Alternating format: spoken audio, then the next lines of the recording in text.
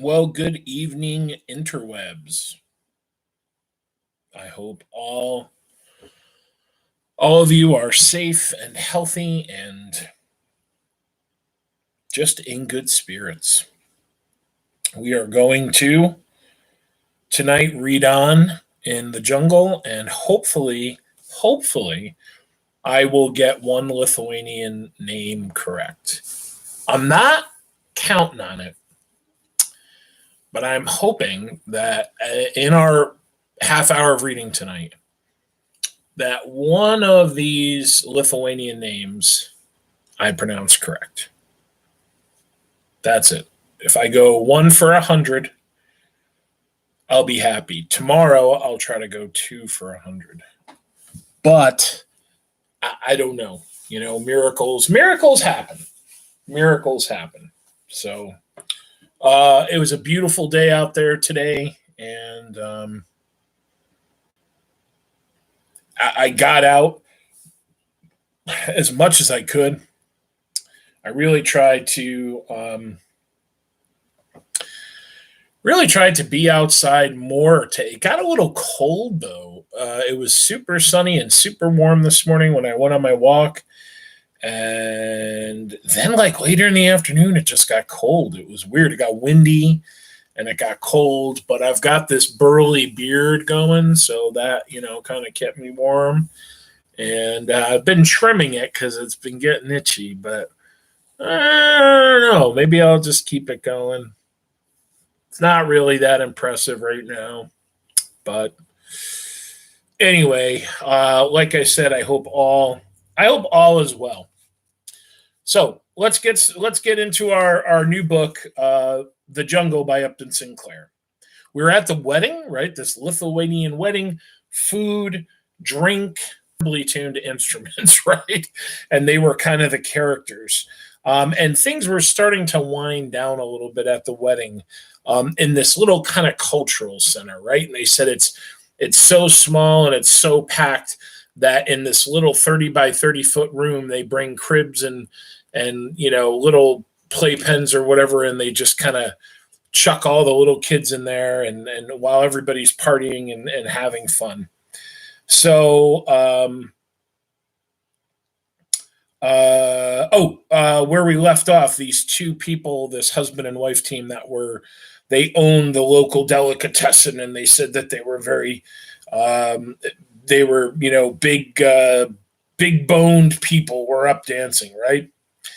Of these older people, many, and they were talking about all the older people that are out there dancing and remembering the old world, right, back in Europe. Of these older people, many were wearing clothing reminiscent of some detail of home, an embroidered waistcoat, or a gaily colored handkerchief, or a coat with large cuffs and fancy buttons. All these things are carefully avoided by the young, most of whom have waiting for a little and beating with this foot to get to the time. Oh, wait a minute. Hold on. Many of whom have learned to speak English and to affect the latest style of clothing. The girls wear ready-made dresses or shirtwaists, and some of them look quite pretty. Some of the young men would take to be Americans of the type of clerks, but for the fact that they wear their hats in the room. They've broken protocol. They wear hats in their room. Each of these younger couples affects a style of its own in dancing. Some hold each other tightly, some at a cautious distance. Some hold their hands out stiffly, some drop them loosely at their sides. Some dance springily, some glide softly, some move with grave dignity. There are boisterous couples who tear wildly about the room, knocking everyone out of their way. There are nervous couples who these frighten and who cry, "Oh boy, nusfuck, kaskra." That must be some kind of swear in Lithuanian. I'll have to remember that. I'll write that down. Each couple is paired for the evening. You will never see them change about. There is Alina Jezatrite, for instance, who has danced unending hours with Josas Razius, to whom she is engaged. Alina is the beauty of the evening, and she would really be beautiful if she was not so proud. She wears a white shirtwaist, which represents perhaps half a week's labor painting cans. So she works in a factory painting cans.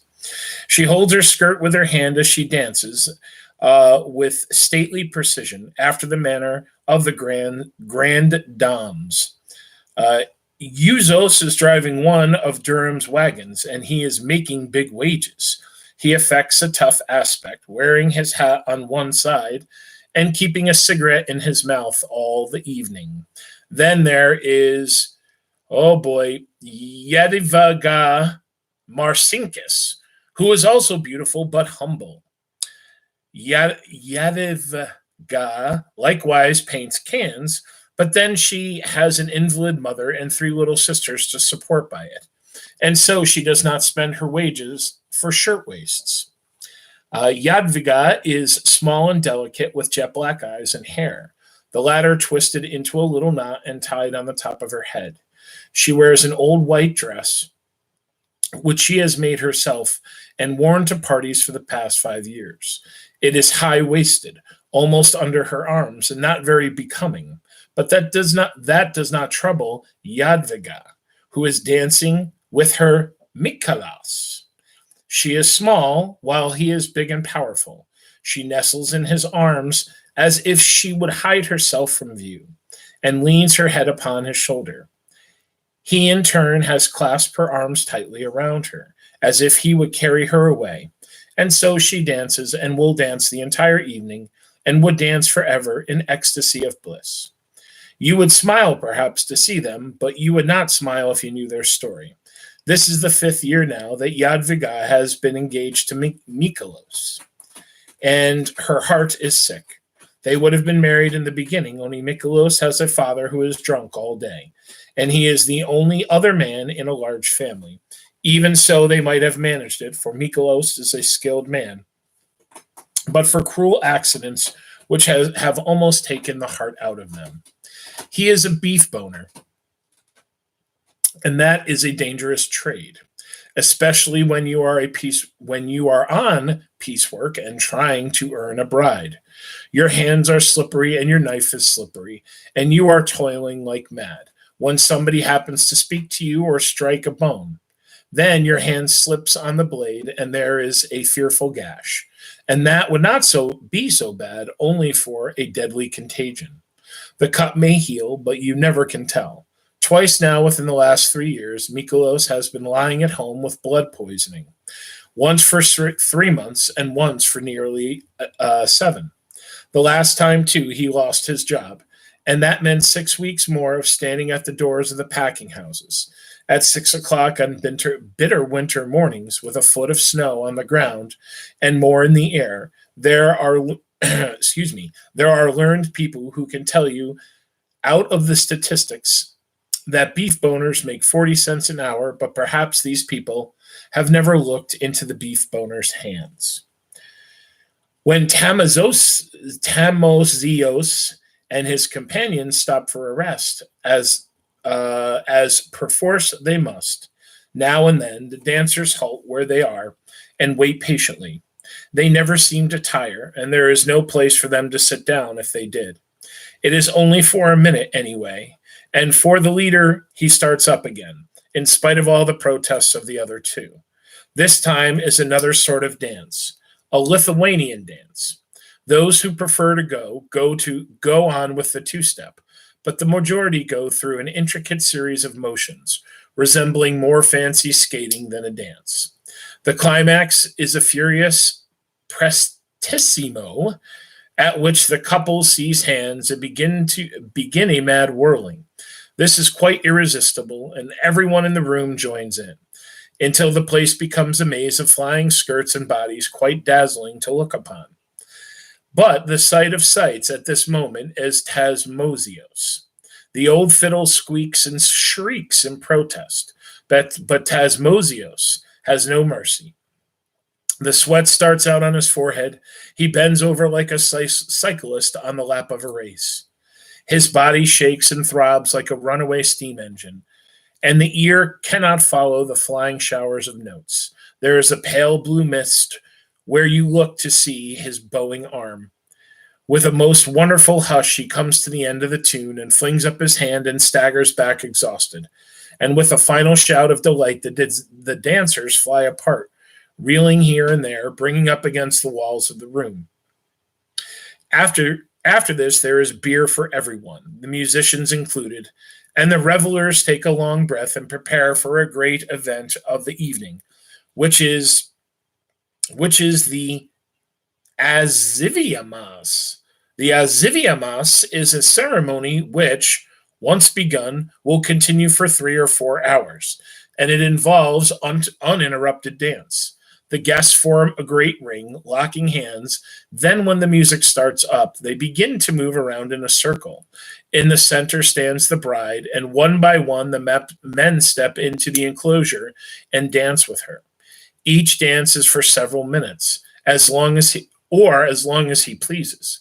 It is a very merry proceeding, with laughter and singing.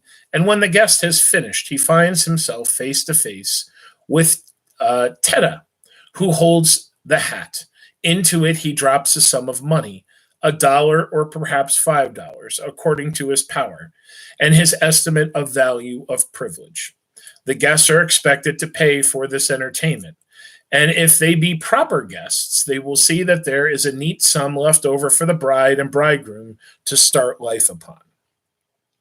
Most fearful they are to contemplate the expenses of this entertainment. They will certainly be over $200, maybe $300, and $300 is more than a year's income for many a person in this room. They are able-bodied men here who work from early morning to late night in ice-cold cellars with a quarter of an inch of water on the floor. Men for who, 6 or 7 months in the year, they will never see sunlight from Sunday afternoon till the next Sunday morning, and who cannot earn $300 in a year. There are little children here and scarce in their teens who can hardly see the top of the workbenches, whose parents have lied to them to get their places, and who do not make the half of $300 in a year, perhaps not even a third of it, and then to spend such a sum in a single day of your life for a wedding feast.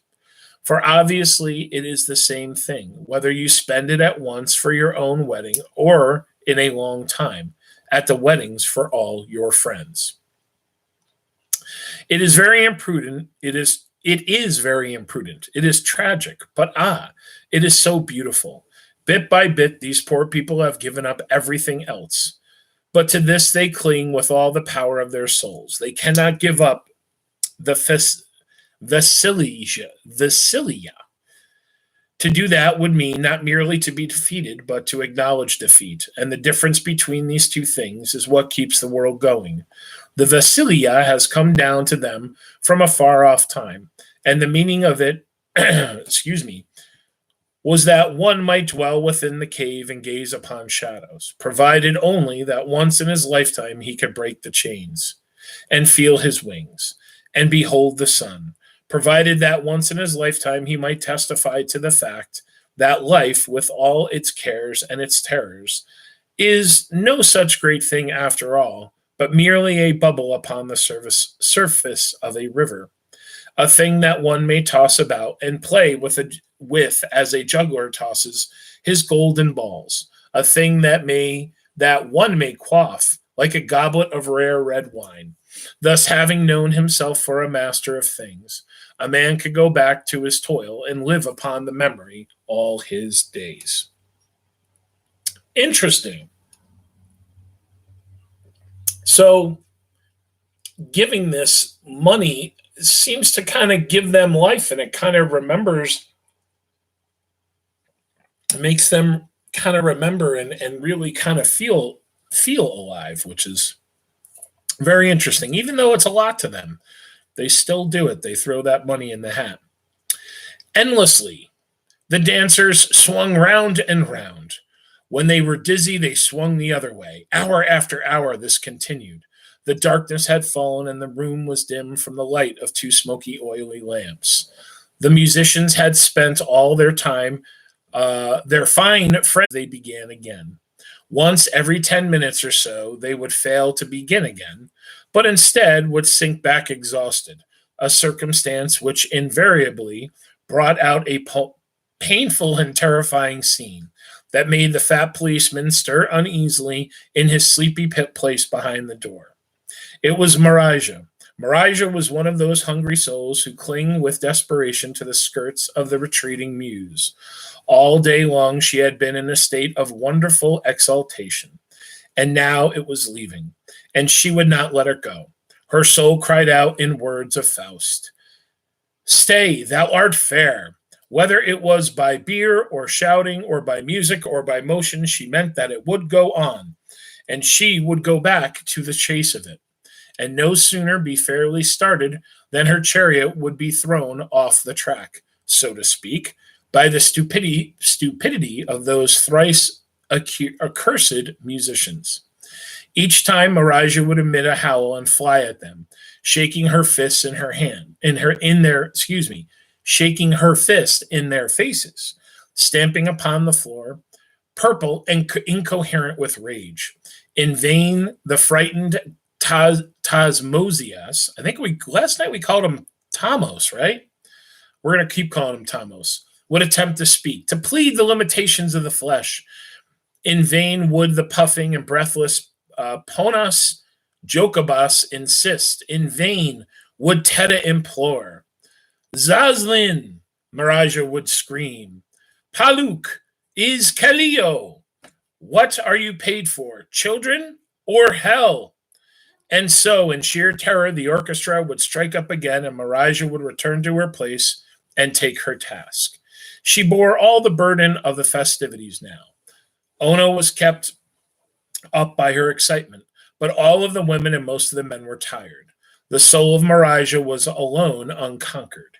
She drove on the dancers. What had once been the ring had now shaped into a pair, with Marijah at the stem, pulling one way and pushing the other, shouting, stamping, singing, a very volcano of energy. Now and then, someone coming in or out would leave the door open, and the night air was chill. Marijah, as she passed, would stretch out her foot and kick the doorknob, and slam the door would go. Once this procedure was the cause of the calamity of which, oh boy, Sebastianos Zvedvilas was the hapless victim. Little Sebastianos, age 3, had been wandering about oblivious to all things, holding turned up over his mouth a bottle of liquid known as pop, pink-colored, ice-cold, and delicious. Passing through the doorway, the door smote him full, and with the shriek which followed, brought the dancing to a halt. Marijah, who threatened horrid murder 100 times a day, and would weep over the injury of a fly, seized little Sebastianos in her arms and bid fair to smother him with kisses. There was a long rest for the orchestra and plenty of refreshments, while Marijah was making her peace with her victim, seating him upon the bar and standing beside him and holding to his lips a foaming schooner of beer. So I guess Marijah, it was getting to her, and she kicked the door, and a poor little kid with some soda pop was walking through the door, and whack, he took it in the head. And she put a beer on his face to cool him off and keep the swelling down. All right, he's probably doing okay. In the meantime, there was going on in another corner of the room an anxious conference between Teta and Dede and a few more of the intimate friends of the family. A trouble was come upon them. The Vasilia is a compact not expressed, but therefore only the more binding upon all. Everyone's share was different, and yet everyone knew perfectly well what his share was, and strove to give a little more. Now, however, since they had come to the new country, all this was changing. It seemed as if there must be some subtle poison in the air that once breathed here. It was affecting all the young men at once. They would come in crowds and fill themselves with a fine dinner, then sneak off. One would throw another man's hat out of the window, and both would go out and get it, and neither would be seen again. Or now and then, half a dozen of them would get together and march out openly, staring at you and making fun of your face.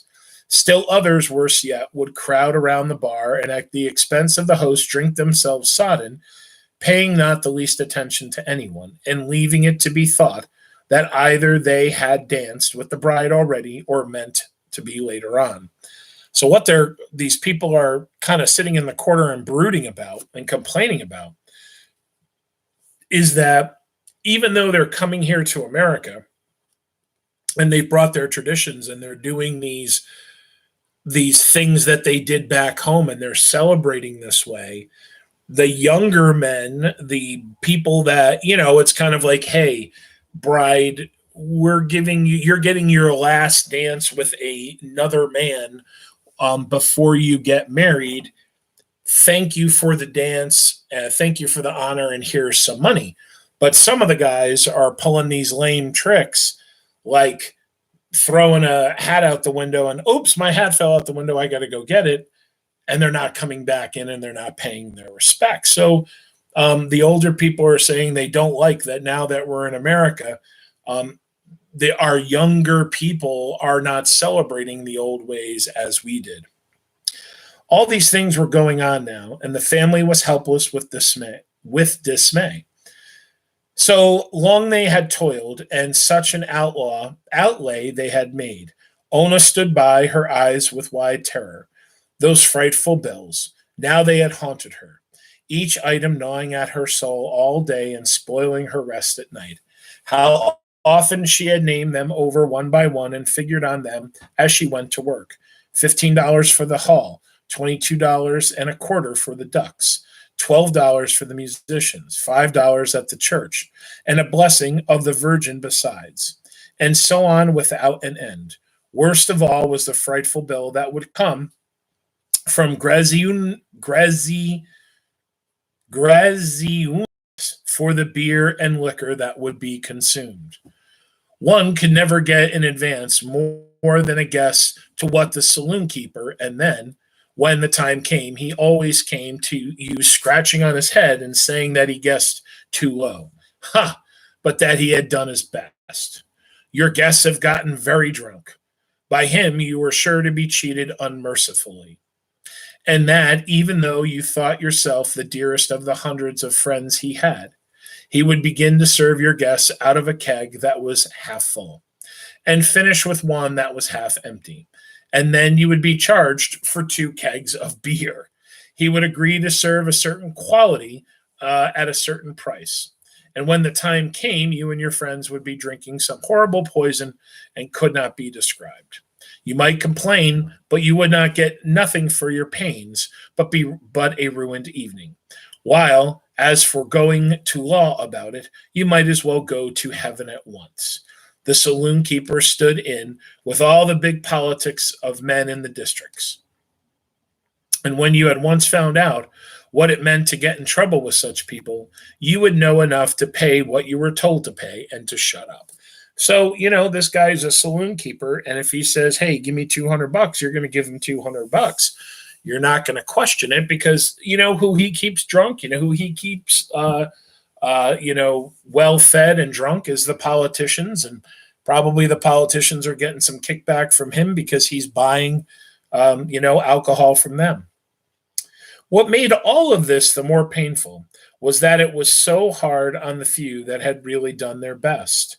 There was poor old Jacobus, for instance. He had already given $5, and did not everyone know that Jacobus had just mortgaged his delicatessen store for $200 to meet several months overdue rent. And then there was withered old Pony Anella, who was a widow, and she had 3 children, with rheumatism besides, and did washing for the tradespeople on Halsted Street at prices it would break your heart to hear named. Anelli had given the entire profit of her chickens for several months. 8 of them she owned, and she kept them in a little place fenced around her back stairs. All day long, the children of the children of Anelli were raking in the dump for food for these chicken, and sometimes when the competition there was too fierce, you might see them in Halstead Street walking close to the gutters, with their mothers following to see that no one robbed them of their finds. Money could not tell the value of these chickens to old Miss Jukniene. She valued them differently, for she had a feeling that she was getting something for nothing by means of them, that with them she was getting the better for the world, that was getting the better of her in so many other ways. So she watched them every hour of the day and had learned to see like an owl at night, to watch them then and again. One of them had been stolen long ago, and not a month passed that someone did not try to steal another. As the frustrating of this one attempt involved a score of false alarms, it will be understood what a tribute old Miss Junk Niene brought, just because Tedda had once loaned her some money for a few days and saved her from being turned out of her house. More and more friends gathered round while the lamentation about these things was going on. Some drew near, hoping to overhear the conversation, who were themselves among the guilty, and surely that was a thing to try the patience of a saint. Finally, there came Jorgis, urged by someone, and that the story was retold to him. Jorgis listened in silence, with the great black eyebrows knitted. Now and then there would be some gleam underneath, and he would glance about the room. Perhaps he would have liked to have gone at some of those fellows with his big clenched fists. But then, doubtless, he realized how little good it would do to him. No bill would be any less for turning out anyone at this time. And then there would be the scandal. And Jorgis wanted nothing except to get away with Ona and to let the world go on his way. So his hands relaxed, and he merely said quietly, "It is done, and there is no use in weeping, Tedda." Then his look turned towards Anna, who stood close to his side, and he saw the wide look of terror in her eyes. "Little one," he said in a low voice, do not worry. It will not matter to us. We will pay them all somehow. I will work harder." That was always what Jorgis said. Ona had grown used to it as a solution of all difficulties. I will work harder. He had said that in Lithuanian when one official had taken his passport from him, and another had arrested him for being without it, and the two had divided a third of his belongings. He had said it again in New York when the smooth-spoken agent had taken them in hand and made them pay such high prices, and almost prevented their leaving his place, in spite of their paying. Now he said it a third time, and Ona drew a deep breath. It was so wonderful to have a husband, just like a grown woman, and a husband who could solve all problems, and who was so big and so strong. The last sob of little Sebastionas had been stifled, and the orchestra, oh, that's the kid that got whacked in the face with the door. And the orchestra had once more been reminded of its duty. The ceremony begins again, but there are few now left to dance with, and so very soon the collection is over, and promiscuous dances once more begin. It is now after midnight, however, and things are not as they were before. The dancers are dull and heavy. Most of them have been drinking hard and have long ago passed the stage of exhilaration. They dance in monotonous measure, round after round, hour after hour, with eyes fixed upon vacancy, as if they were only half conscious. In a constantly growing stupor, the men grasp the women very tightly, but there will be half an hour together when neither will see the other's face. Some couples do not care to dance and have retired to the corners, where they sit with their arms enlaced. Others, who have been drinking still more, wander about the room, bumping into everything. Some are in groups of 2 and 3, singing. Each group has its own song. As time goes on, there is a variety of drunkenness among the younger men, especially. Some stagger about in each other's arms, whispering molden words. Others start quarrels upon the slightest pretext and come to blows and have to be pulled apart. Now the fat policeman wakens definitely and feels his club to see that he is ready for business. He has to be prompt, for these 2 o'clock in the morning fights, if they get out of hand, are like a forest fire, and they mean the whole reserves of the station. The thing to do is to crack every fighting head that you see before there are so many fighting heads that you cannot crack any of them. There is but scant account kept of cracked heads in the back of the yards, for men who have cracked the heads of animals all day seem to get into the habit, and no practice on their friends, or even on their families, between the times. So I think he's kind of saying men that are killing animals and slaughtering them, to see a policeman whack and crack them is not that big of a deal. They're used to it. This makes it cause for congratulations that by modern methods, a very few men can do the painfully necessary work of head cracking for the whole of the cultured world. And do one more page. There is no fight that night, perhaps because Jurgis is very watchful, even more than the policeman. Jurgis has drunk a great deal, and as anyone naturally would on an occasion when it has to be paid for, whether it is drunk or not. But he is a very steady man, and he does not easily lose his temper. Only once there is a tight shave, and that is the fault of Marijah. Marijah has apparently concluded about 2 hours ago that if the altar in the corner with the deity in soiled white be not the true home of the muses, it is, at any rate, the nearest substitute on earth attainable. And Marijah is just fighting drunk when it comes to her ears the fact about the villains who have not paid for that night. Marijah goes on the warpath straight off, without even the preliminary of a good cursing. When she is pulled off, it is with the coat collars of 2 villains in her hands. Fortunately, the policeman is disposed to be reasonable, and so it is not Marijah who is flung out of the place. So Marijah sees 2 knuckleheads that are trying to leave without throwing some money into the hat, and she goes after them, but it's kind of quickly put to an end. All this interrupts the music for not more than a minute or two. Then again, the merciless tune begins, the tune that has been played for the last hour without one single change. It is an American tune this time, one which they have picked up on the streets. All seem to know the words for it, or at any rate the first line of it, which they hum to themselves over and over again without rest. In the good old summertime, in the good old summertime, in the good old summertime, in the good old summertime. There seems to be something hypnotic about it. With its endless recurring dominant, it has put a stupor upon everyone who hears it, as well as upon the men who are playing it. No one can get away from it, or even think of getting away from it. It is 3 o'clock in the morning, and they have danced out all their joy. They have danced out all their strength, and all the strength that unlimited drink can lend them. And still there is no one among them who has the power to think of stopping.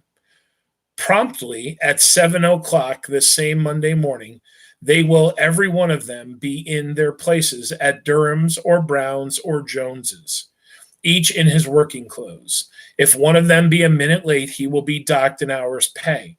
And if he may be many minutes late, he will be apt to find his brass check turned on the wall, which will send him out to join the hungry mob that awaits every morning at the gates of the packing houses, from 6 o'clock until nearly 8:30.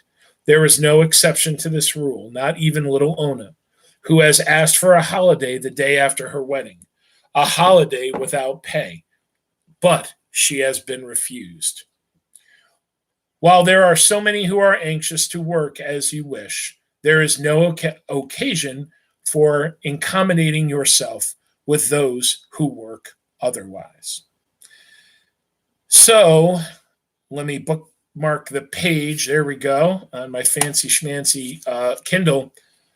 So there is so many people pouring into the country. There are so many people that need jobs that if you show up a minute late, if you show up at 7:01, they don't pay you for that hour, but you got to work it. They don't start paying you until 8. And if you showed up at 7:30, you're done. And now you have to wait out on the docks. Excuse me. You have to wait until somebody calls you in. So I don't know how many of you have seen the movie Cinderella Man, which is a really cool movie about the Great Depression. And in that movie, James Braddock, who is this heavyweight boxing champion, he loses his title. He loses all of his money in the stock market and loses his home, loses everything.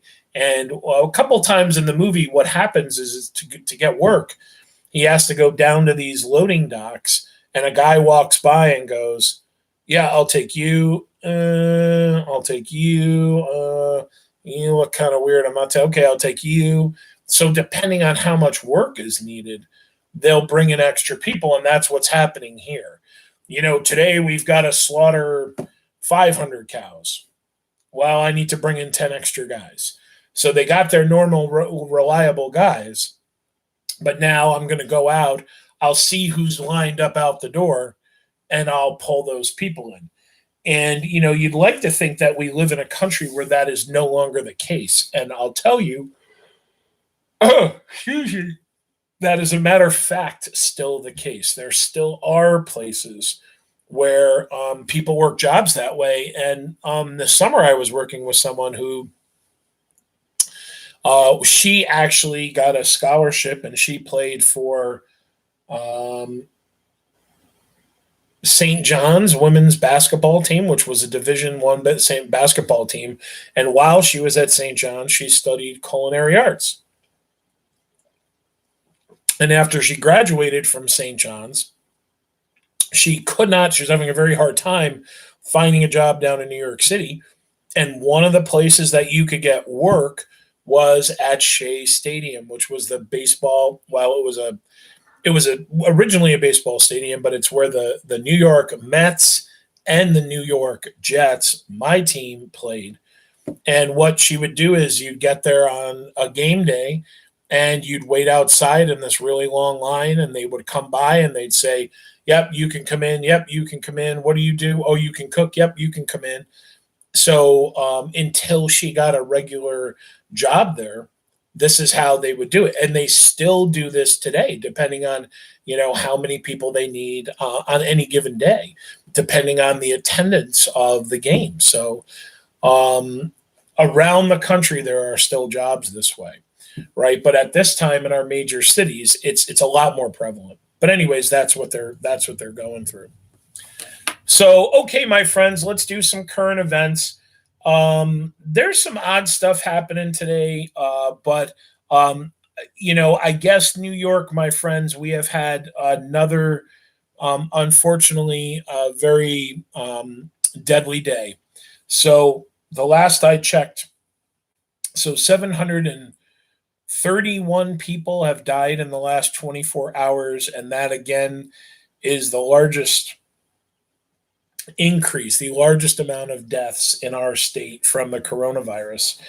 And we are now at about 5,500 people across the state that have died from the coronavirus.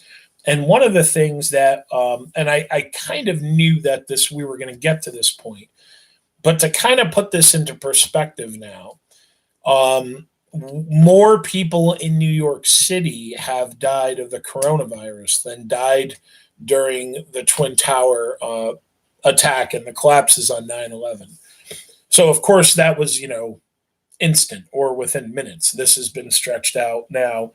I guess we're technically, the governor said today, and he's right, he said, New York, it's only day 37. It's only day 37.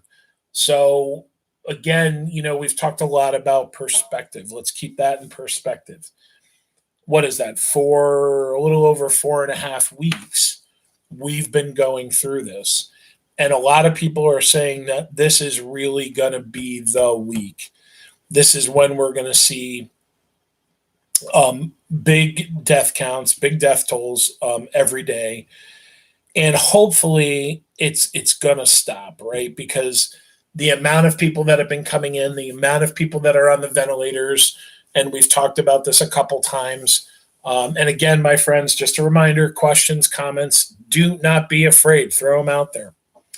Um, all these things are kind of getting to this point where it's kind of like getting pushed right to the edge, and then things are gonna start falling off when it comes to the death rate. So now, this week we think, and fingers crossed, it's only going to be a week that we're going to see these death rates. But this is not supposed to be pretty in our state. Across the country, so we've got 138,000 New Yorkers have COVID. Again, about a little under 5,500 have died. Across the U.S., we hit 379,000 positives, 12,000 dead. So again, we're still at like a third of the cases are right here in New York, and a little under a half of the deaths are in New York. So, when they look at how long this is going to last, and I was having a great talk with Mr. Mazzaroni today. And he really put this a really good way. Now we're starting to see the secondary major cities: Detroit, Chicago, Baltimore, right? New Orleans. So we had the biggies: New York, Los Angeles. Cities like that are getting hit. Now take a step down: Detroit, Chicago. What I say? Oh, New Orleans, right? So the next layer of big cities are starting to get hit. Well, hopefully it's not going to go down another level, but who knows? And one of the things that I know I've talked to you about too, which I'm trying not to get my hopes up, and we'll see what comes of this, but we still aren't testing everywhere yet. So I pray to all the gods, the new and the old, right, that we don't have it in rural areas, But the fact of the matter is that it could be out here, and once we really start testing the rural areas, that's when we're going to know. So I saw today. And I want to know what you guys think about that. It's only day 37. Is that crazy to say it? Or is it like, get a grip, people? This has only been 4 or 5 weeks. Or, well, I guess it's more like 5. Yeah, I said 4 or 4.5. It really is more like 5.5 weeks. Or is that really a long time? Is 37 days a really long time? Or is it like, yeah, whatever, I could hang by my fingernails by 37 days. So here's something we found out. We're hopefully across the country, we're going to see about 2 million people get tested this week. So these new 15-minute rapid tests are coming out, and even more of the longer tests are coming out. But I think what it seems like they're really trying to do is use the rapid test for essential workers. So meaning if you're a police officer, if you're a firefighter, if you're a nurse, we're going to leave these rapid tests for you so that we can get you back to work. And quite honestly, I think that's a smart move until we get more and more of these tests, right? But it looks like a lot of Americans are going to get tested this week, and hopefully next week more. But we'll see. We'll see how it goes as more people out in the area, out in rural areas, get tested. So one of the things that they're talking about is like at one point the federal government said we could see 250,000 Americans die of coronavirus. Their models, right? These computer models that, oh, excuse me, these computer models that they were using to try to estimate. And now they're saying maybe this is going to be a little bit lower. Now, why? This is interesting. So, what they said today in their press conference was this: they think the number is lower because they didn't think so many Americans were going to socially distance.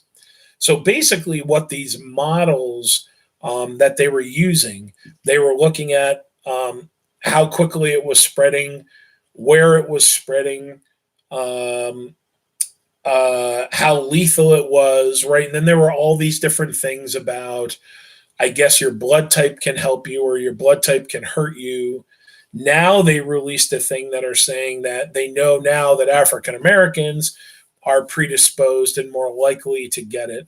And that's because African Americans, over the years, because they have had less access to healthcare, and they are predisposed to things like diabetes and heart disease, they are, and other health issues, that they are more likely to get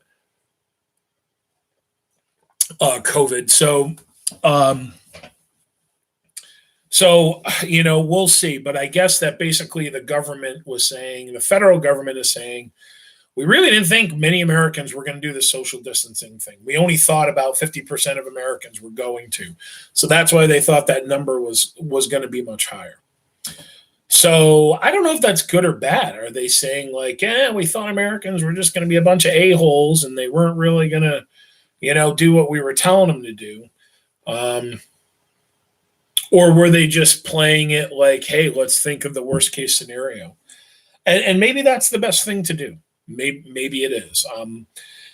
Sometimes I guess it maybe just depends on the situation. Maybe it's better to say, hey, the fit is really going to hit the shan here, and we should prepare for the worst. Maybe it's what's best in this situation to do. But I don't think we're out of the woods. I just don't. And I am going to, and I think we should all continue to socially distance. Here's the big deal, right? So regents are canceled. However, here's the deal. You are going to be exempt from a regents if you pass the class for the year. Okay? So you have to pass the class. Well, what does that mean? Well, guess what? We really don't know yet. How are they going to count quarter four? Is there going to be a final exam? The last I checked, and I checked maybe about 20 minutes before we went live, they still hadn't laid that out yet. So we might have a grade for quarter four, and then they're going to say, okay, you have to take some kind of final, which I think is probably likely. I mean, I think that's probably what's going to happen, is that some kind of region style final is going to have to be given to give you that passing grade. But we'll see. Now, if you fail, Christina, yes, awesome question. And I'm almost there. And yes, I have K-pop for you. If you fail in June, let's pretend you go to summer school. If you pass in summer school, you don't have to take the regents in August. However, the way I'm interpreting this is basically the state is saying this: you have this year to pass and get through it, and then you're exempt. Or you can go to summer school, pass it, and be exempt. But if you fail both of those, and again, this is my understanding, this is my interpretation, if you have to then go back in the fall and start U.S. history again, then you're going to have to pass a regents.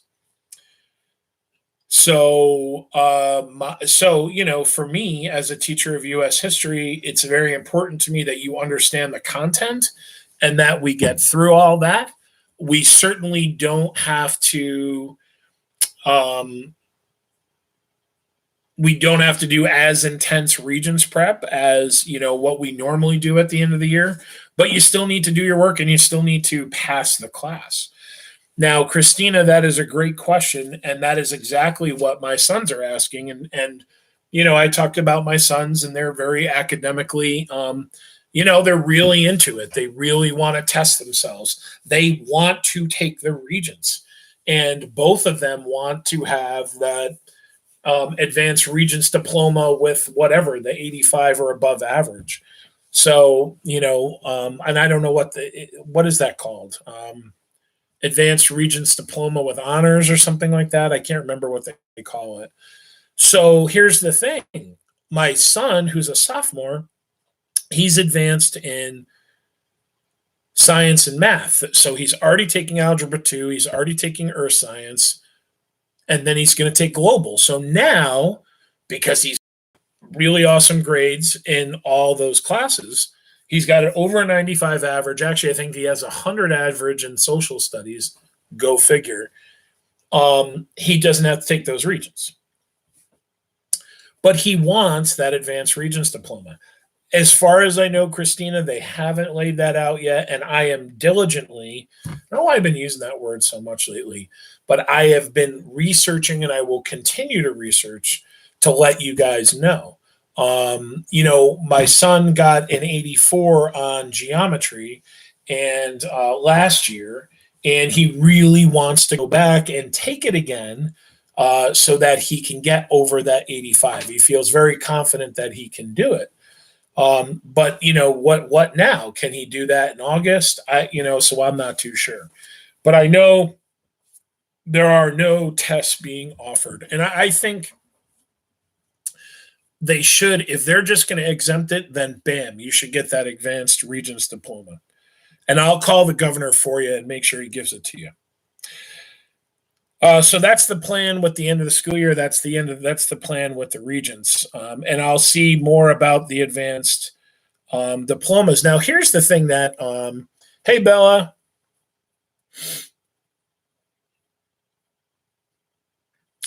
You have to take 5 this year, right? And this is the big year. Like the junior year is the big year for Regents. And that's like, I feel kind of lucky. Both of my sons are a little ahead of the curve because they were able to get high school classes out of the way in middle school. So they both had high school credits. And my younger son is in 8th grade, but moving up, but he's going to have high school credits entering 9th grade. And that makes the junior year a little bit easier. But you're probably taking like a math Regents.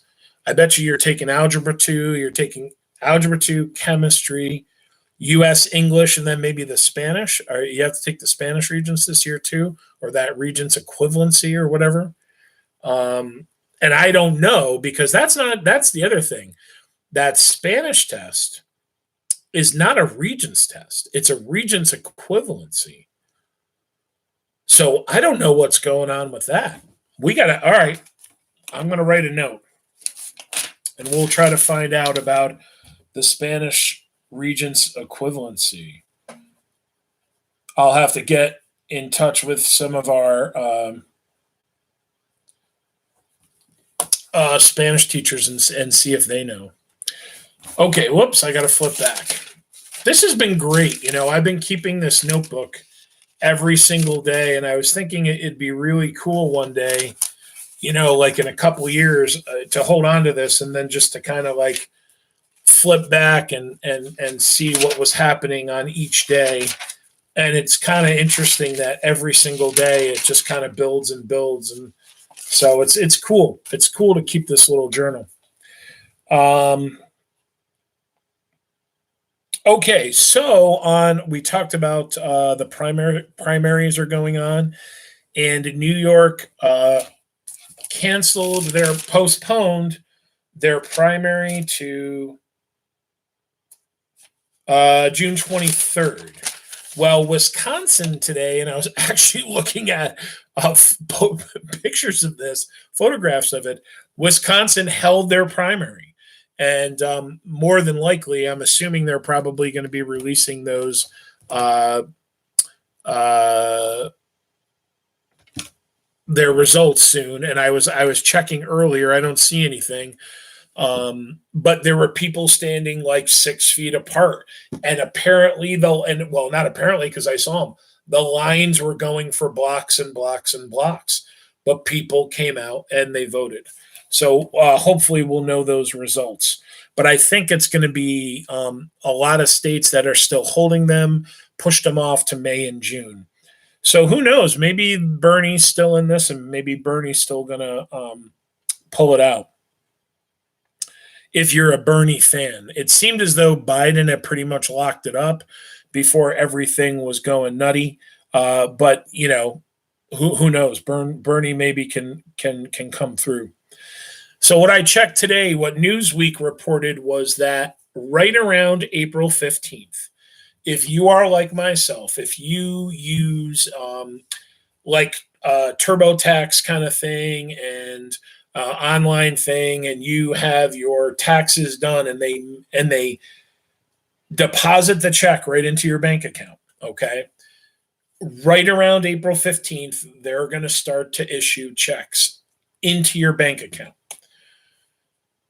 If you do your taxes and they mail you a check, they're going to start mailing out those and I'm sorry, I'm talking about stimulus checks right now. They're going to start mailing out stimulus checks around the 24th. So it looks like, I guess that would be next Tuesday. So next Tuesday, you'll start to get, wait a minute. No, Wednesday. Next Wednesday, they'll start to send out or deposit into the accounts. Then 2 weeks out, you guys see that? The coppers, they're not coming for me. They drove by. So people will start to get those checks mailed to them around the 24th. So I think a lot of people, we last night took a look at that Siena poll. 51% of New Yorkers are afraid that they're not going to be able to keep up with their bills and their finances. So hopefully, checks are going to be in the mail or money's going to be deposited into their accounts between 7 and 14 days. So it's not perfect, but it's better than nothing. So this is something interesting that came hot off the press, people. Apparently, and this is from what news source? Politico. Okay, which does lean a little left. Okay, it does lean a little left. But Politico is reporting that apparently the United States government contacted a company that had medical supplies on the way to France and Germany. So big boat heading towards to deliver stuff to France and Germany. And let's say that, France had offered, we'll give you 300 million, or keep it realistic. We're going to give you 30 million for our supplies. Germany, says, well, we'll give you 30 million for ours. Well, apparently, so that's 60 million bucks, right? So apparently we pressured this company that was shipping all these medical supplies, and we said, hey, we'll give you 70 million if you turn the boat away from France and Germany and send it to us. So hot off the press, waiting for this to be, backed up. But apparently the German government issued this information. So this is not like a blogger or somebody on Facebook, tweeting about tigers in Russia, but this is from a German government source that our government pressured this company to refund France and Germany their money and send the medical equipment to us. So I'll try to find out more about that for tomorrow. but it was kind of hot off the press. So I wanted to throw it out there, but I'm throwing it out there with the warning that it could be a bunch of crapola. But the fact that it's coming from a government official in Germany, I don't know. Why would they lie? I guess I don't know. Why would they lie? Yeah, I don't know. The other thing, I guess, that happened today is the guy that was over the federal government employee that was overseeing the stimulus money coming out. President Trump fired him, and I guess is replacing with someone from the EPA, the Environmental Protection Agency. So this guy was a member of the Pentagon, part of our defense sector, and he has been in government for a while. He was not a Trump employee or a Trump appointee. Bella, you heard about Germany? You heard about the Germany France stuff? Or you heard about the guy getting fired? But anyways, so now somebody that, is like a geeky scientist guy is now going to be in charge of all the money that's being given out for the stimulus stuff, which, it is, or it's more like he's the Germany stuff. Uh-oh, Bella, she confirmed it.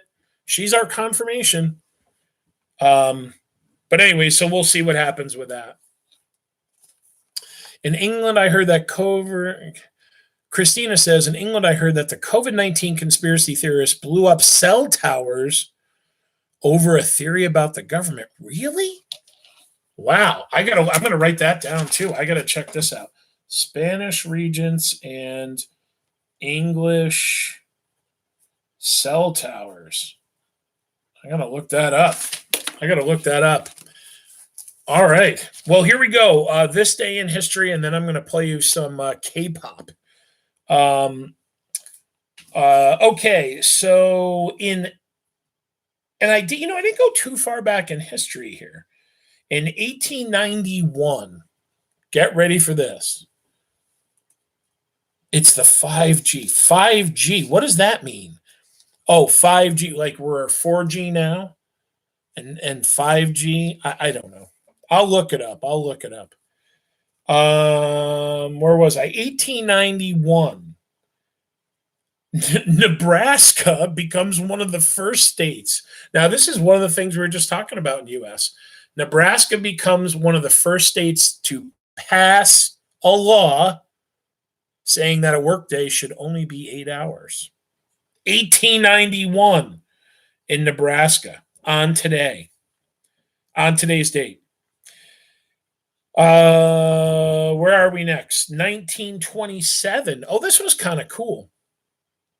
Herbert Hoover, who is not the president yet, but Herbert Hoover is working for the government at the time, and I don't remember what department he's working in, but he sends the first television, quote unquote, televised signal from Washington, D.C. to New York. So it's kind of like they were sending a televised signal. Government, I believe it was two parts of the government were talking together. 1927, almost 100 years ago. 1954, President Eisenhower, one of my favorite presidents, 8 years, 2 terms, Republican, just an outstanding guy. If you ever get a chance, go and YouTube some of his presidential speeches. They're pretty incredible. I think when we look at him, it's like, yeah, kind of a little cheesy, but if you listen to the message he's trying to get across, really amazing guy. Anyways, in a speech today in 1954, he talks about the domino theory, and we're going to talk about that when it comes to the Cold War. We had this belief that if one country fell to communism, dink, dink, dink, dink, dink, right? Like dominoes, the countries that were next to it would start to fall. So we are going to then come up with this policy of containment. If this one country wants to be a communist country, okay, but we need to do what we can to contain communism to that one country because we don't want the dominoes to fall. But this is the day that he uses that phrase for the first time. On this date in 1970, John Wayne, probably one of America's, most well-known actors, right, wins his one and only Academy Award for his role in the original True Grit. Maybe you guys saw the remake with it was Josh Brolin and oh geez, the guy that played the Big Lebowski there, Jeff Bridges, right? Which was made, I don't know, seven or 8 years ago, maybe. But John Wayne wins his only Academy Award. Oh crud, I missed one. In 1957, on this day, the last electric above ground car was in use for the last time, and then they got rid of it. So, there are actually still parts of some cities, and if you go down to Albany, if you go down like by the river there are still some streets where, I think they've intentionally left those kind of railroad tracks, because even in Albany, they had the cars that were, they looked like subway cars, but they were above ground that would run on electricity instead of buses and run people around. So it was 1957 that the last one was taken out of use on this day in New York City. Here we go. What an amazing day. In 1969, ARPA, the Advanced Research Projects Agency, invents, and it doesn't mean that they totally set the whole thing up, but on this day is the day that they basically create the internet. They basically create this means by which different government agencies can connect with one another over these computers. On this day in 1988, the Soviet Union announces its withdrawal from Afghanistan. Again, we're going to talk about the Cold War in the U.S. We're going to talk about how the Soviet Union continued to spread. And this is pretty much the end of it. When they failed to take Afghanistan, this kind of marks the end of the Soviet Union's expansion. And not long after, the Berlin Wall will fall, and with it, the Soviet Union collapses. On this date in 1994, the worst genocide since the Holocaust takes place in Rwanda. In Rwanda, there are the Hutus and the Tutsis are the two different, I guess we can call them, ethnic groups. And there was the president at the time was engaged with the military in racially cleansing the Tutsis from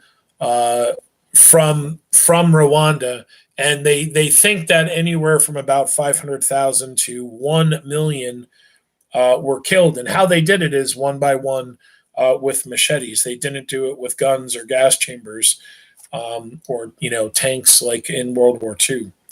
And a lot of the world looks at that and they say, this was an opportunity where the world should have acted, and it didn't.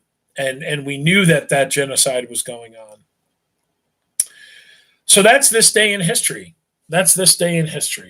I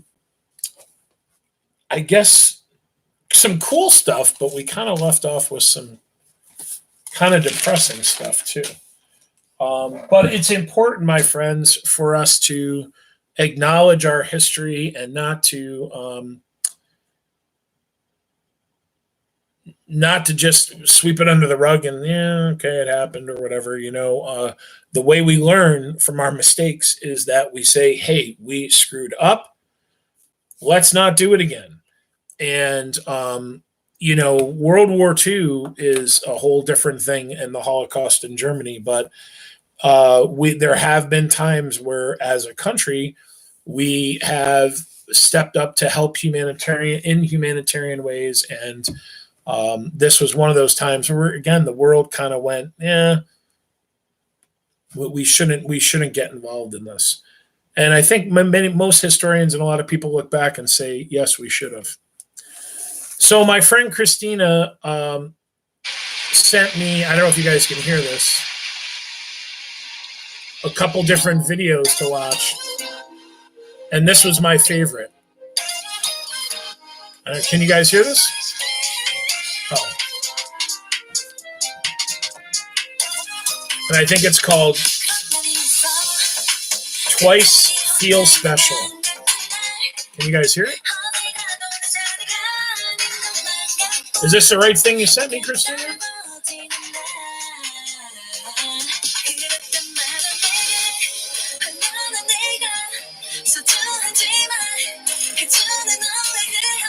Maybe I'm becoming twice as so good.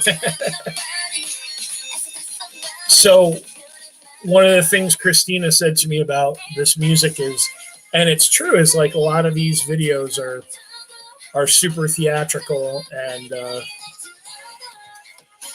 well, you guys are probably all big K-pop fans. I don't think maybe I don't need to show this to you, but I might come back to Mahanasan like with dyed hair, and all I do is play K-pop at the beginning of class.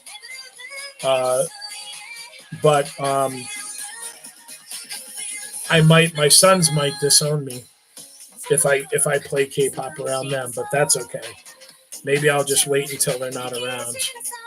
But this is it's pretty cool stuff, and there's a lot that goes into it, which is really cool. So thank you, Christina, for suggesting more K-pop songs to me, and maybe we'll play like one a week if you guys can handle it, and we'll all be K-pop fans once we go back to school. But hey, guys, thanks again for another great night of reading. I think I did a little better with the Lithuanian names. They're they need to put vowels in their names, right? It's just, and there's too many like Z's and a lot of J's. I don't know what the deal is with that, but and the J's you pronounce like Y's. So what's their deal? Come on, just you got to spell things so to help us out. But it's cool, right? We were reading about this big Lithuanian wedding, and it's funny when they talked about that the circle, how everybody got in the circle and danced. And I remember both times that I was in Belarus, we towards the end of our trip we would go out, and they would say, "Hey, we're going to go out to a nightclub," right? And I'm kind of like, all right. And I'm thinking like Saturday Night Fever here, and but it wasn't really a nightclub as much as it was like I don't know. It was just a restaurant that just had this big dance floor in the middle. And, I don't know, maybe around like 8 o'clock or something like that, after, maybe, halfway through the meal, they started playing the Oompa Loompa like music, the that's what I call like the Polish, like the accordion style kind of music. And they all, so everybody just got up in this big circle, and they were holding hands, and they were just dancing and just having a blast. And I was like, it was men, it was mostly women, but there were men and there were young people, and sometimes somebody would get in the middle, and it was just kind of fascinating to watch. Like, they absolutely loved it. And I remember one song that came on. I don't know if you guys know that song. I think it's in Spanish. It's called Gasolina. Came on, and everybody like went crazy, right? Like, there wasn't, I think I was the only person sitting down, but people went absolutely nuts. It must have been like the K-pop of Poland, but they really, really loved Gasolina. And it kind of what's that song Despacito, right? It kind of, well, I mean, obviously they're both in Spanish, but for a while that was Despacito was like a flash in the pan, and Gasolina was too, and it was big. It was funny because it was big there before it was kind of big over here. Um, but go see the world, safe places of the world, and interact with people. There's a lot of really cool stuff out there and cool people to meet. And Gasolina is amazing. Yeah, I don't. Okay, do you know that song, Christina? I had it on. I wonder if I still have it on my phone. I put it on my phone to purely torture my children. No, I guess I don't have it anymore. Because I used to do that. Not torture them, but you guys know what I mean. Oh, that's right, Daddy Yankee. Is that it? I'm trying to find it so that you guys. Yeah, there it is. You like that song, Christina? I think this was going to be the prom theme, and if it isn't, it shouldn't be. Oh, is it? It's Colombian bands? Oh, no kidding.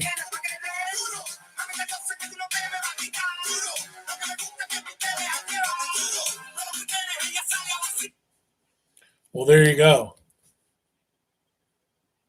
Will we be back in school, Sydney? You know what, kiddo? I don't know.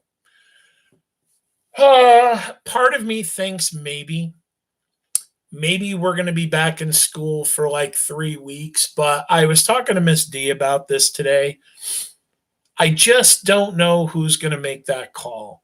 Like, who's really going to step up and say, go back to school? Like, I think a lot of people are just going to kind of go, you know what? There's only a couple weeks left. Roll with the online stuff, finish out the year. Let's make sure everybody's safe. I mean, just imagine if one kid walked into CAF B with COVID. You're talking dozens of kids are going to get it, right?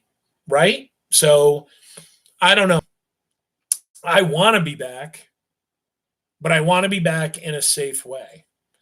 So I'm just not sure. I'm not sure. I don't know. And I think that this week will tell.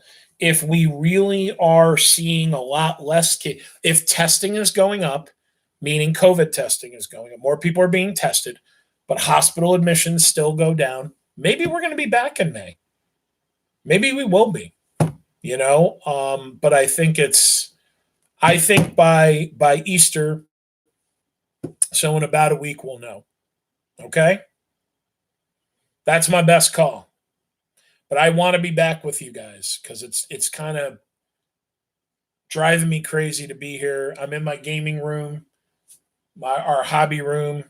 Back there is where I paint all my little miniatures, and we've got our big gaming table over here. And you see the milk crates behind me. We actually ordered all of these cool shelving units to put all of our games in and stuff. But because of the COVID, they haven't been shipped yet. But maybe I'll have those soon, and you won't see my milk crates anymore. You'll actually see some better organization. But I hope to see you guys. I really do. Stay safe, my friends. Be good. I miss you. And I'll see everybody tomorrow night. Be good.